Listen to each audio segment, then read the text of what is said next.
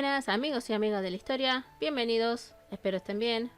En este video les quiero hablar del monarca español con menos tiempo en el trono, siendo el primer Borbón en nacer en ese lugar, con una infancia difícil y con un padre y una esposa que no estaban bien de la cabeza. Me refiero a Luis I de España, conocido como el Bien Amado o el Breve.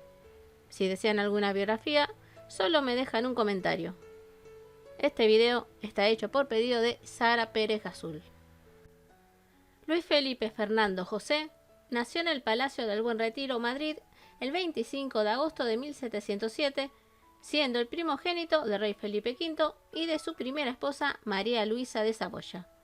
Luis tendría 3 hermanos menores: Felipe, que nacería en 1709, pero viviría un mes; Felipe Pedro Gabriel, que nacería en 1712, y Fernando, que nacería en 1713.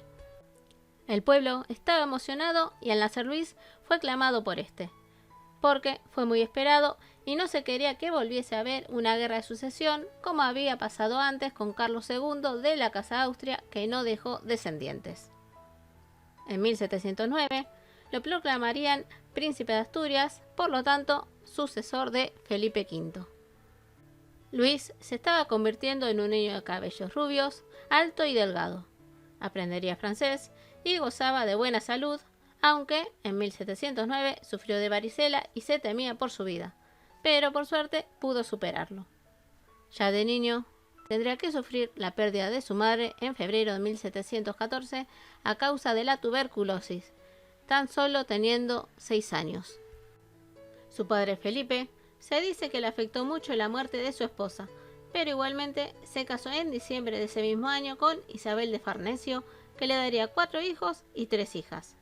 Su madrastra, desde el principio, mostraría que no tendría interés en sus hijastros, solo ocupándose de sus propios hijos y de asegurar su futuro manipulando a su esposo, que tampoco demostraría afecto a sus hijos con su primera esposa, creciendo estos con una falta total de amor por parte de madre como de padre, lo que haría que estos tuvieran una actitud melancólica.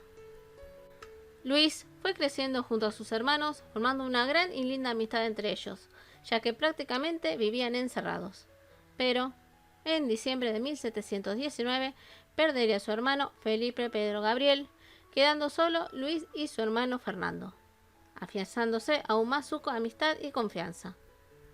Ellos nunca podían ver a su padre y mucho menos a su madrastra, con quienes solo podían comunicarse por medio de cartas.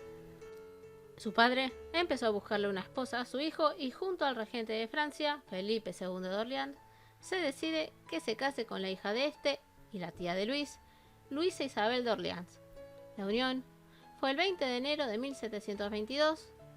Luis tenía 14 y su esposa solo 11 años, pero debido a sus cortas edades, pasaría 1 año y medio hasta que consumaran el matrimonio. Pero este matrimonio no era el esperado. Luisa no fue bien educada, parece ser que sus padres tampoco le demostraron amor, pero en vez de tener una actitud melancólica como pasó con Luis, se había vuelto una adolescente caprichosa y extravagante, que a eso se le sumó que no estaba bien de la cabeza. Se piensa que tal vez tuvo trastorno de personalidad límite.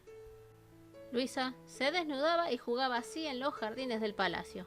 Era sucia, maloliente, perezosa, no quería usar ropa interior y trataba de provocar al personal mostrando sus partes íntimas. No demostraba interés en su esposo, lo que haría que Luis buscara otros brazos en burdeles. Si con eso no fuera suficiente, su padre, Felipe V, ya mostrando signos de locura, decide abdicar el 10 de enero de 1724. Así, Luis se convierte en Luis I de Francia, con tan solo 16 años. Su padre se retira junto a su esposa Isabel de Farnesio al Palacio Real de la Granja de San Ildefonso, y aunque Luis fuera el rey, tanto Felipe como Isabel, que lo manejaba como quería, siempre estarían atentos a lo que hacía. El pueblo volvió a aclamar a Luis como en su nacimiento y se lo apodó el Bien Amado. Luis se trató de sacar de encima a los que trabajaron con su padre y se rodeó con personas de su absoluta confianza. Sacó de la corte a la influencia francesa que tanto adoraba a su padre, como la italiana por parte de su madrastra. En política exterior, le dio más importancia al continente americano y no se preocupó por recuperar las posesiones italianas perdidas en la Guerra de Sucesión, obviamente, en contra de su madrastra. Pero lo que más se destacó lamentablemente de su corto reinado fueron las constantes actitudes no razonables de su esposa. El punto culminante fue en julio, cuando en una reunión Luisa se desnudó y con su vestido limpiaba los cristales del salón enfrente de todos. Luis decide encerrarla en sus aposentos. Parece ser que este hecho con el tiempo hizo tranquilizar a la reina, que le suplicó su liberación y el total de los perdones. Luis, al ver que su esposa estaba más tranquila, dejó que pasease por el palacio y parecía que se llevaban bien. Se veía en el reinado de Luis algo prometedor, pero de pronto Luis tuvo un desmayo y luego granos rojos en todo el cuerpo. El rey contrajo viruela. A pesar de lo que uno pudiera pensar, la única persona que estuvo a su lado sin separarse ni un segundo y sin importarle si se contagiaba fue su esposa. Luis tuvo 10 días de agonía y finalmente fallece el 31 de agosto de 1724, al poco tiempo de haber cumplido 17 años y sin poder materializar todos sus sueños como rey. Luis fue enterrado en el monasterio del Escorial y reinó 7 meses, siendo el más corto de la historia de España. Un día después de la muerte de Luis, su esposa se enferma de viruela y permaneció muchos meses en cama, pero se recupera. Pero como no tuvo descendencia, es de vuelta a Francia. Felipe V volvería a reinar, obviamente con el manejo de su esposa Isabel de Farnesio. Luis tuvo una vida triste, excepto en sus primeros 6 años, antes de la muerte de su madre, que le entregó todo su amor, pero que al morir esta, su madrastra y su padre se desligaron de dar todo tipo de cariño. Creció con ese vacío de amor que pensó que tal vez podría tener con su esposa, pero que tampoco sucedió, aunque solo fue las últimas semanas de su efímero reinado. Luis no es conocido precisamente porque no tuvo el tiempo suficiente para demostrar si hubiese sido un buen o mal monarca, estando tan solo 6 meses.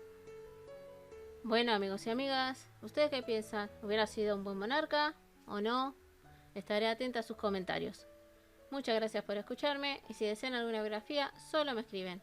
No se olviden de suscribirse y activar la campana, de dar like y compartir el video. Nos vemos en el próximo video. Besitos. Bye.